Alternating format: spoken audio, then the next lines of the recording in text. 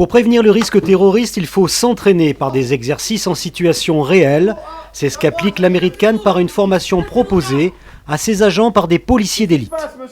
C'est un plus, oui. Donc je leur fais partager un petit peu mon expérience, mon savoir, tout ce que j'ai vécu. Et on le voit dans les exercices. Ils sont demandeurs, ils sont preneurs et ils réagissent bien, quoi. Donc c'est nouveau pour eux. C'est quelque chose qu'ils n'ont pas dans leur formation initiale. Et c'est la pratique du terrain aujourd'hui qui parle, quoi. Voilà. Et ils sont confrontés à ça. La ville de Cannes est la première commune de France à s'être dotée d'un plan communal de prévention du risque terroriste en janvier 2016.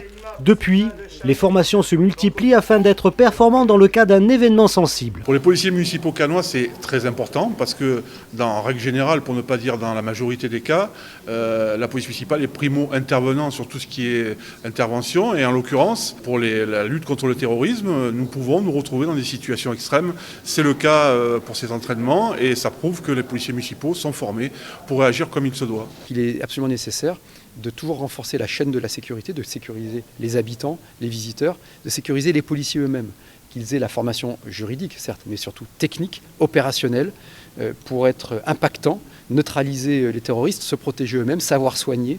Depuis les attentats de 2015, la mairie de Cannes a sécurisé les établissements publics par différents moyens et a mis en place un dispositif de formation pour lutter contre la radicalisation et le terrorisme.